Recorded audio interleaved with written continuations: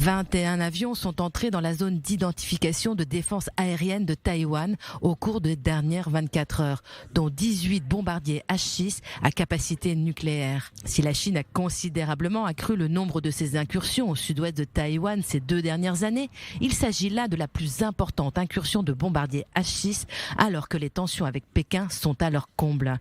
La semaine dernière, la Chine a imposé de nouvelles interdictions d'importation de produits alimentaires, de boissons, d'alcool et de produits de la pêche taïwanais. Le premier ministre taïwanais, Su Tseng-chang, a accusé la Chine de violer les règles du commerce international et de faire preuve de discrimination à l'encontre de l'île. Taipei entend bien faire appel à l'OMC et venir en aide aux sociétés impactées.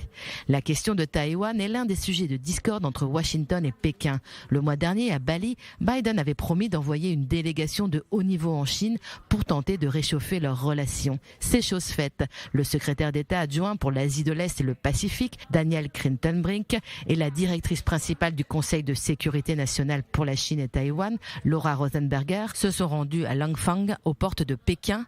Au menu des discussions, la Corée du Nord, l'Ukraine, mais aussi Taïwan, le sujet sensible. Un désir de calmer les tensions qui n'empêche pas le département d'État américain d'approuver la vente potentielle de 428 millions de dollars de pièces d'avion pour Taïwan afin d'aider son armée de l'air à faire face aux jets chinois opérant à proximité de l'île. Il s'agit là de la 6e annonce de vente d'armes à Taïwan par l'administration Biden au cours de l'année 2022 et de la 7e depuis l'investiture du président américain en janvier 2021. Pékin dénonce cette initiative et assure que des mesures fortes seront envisagées. Les 23 millions d'habitants de Taïwan vivent, eux, sous la menace d'une invasion de la Chine qui considère l'île comme une partie de son territoire.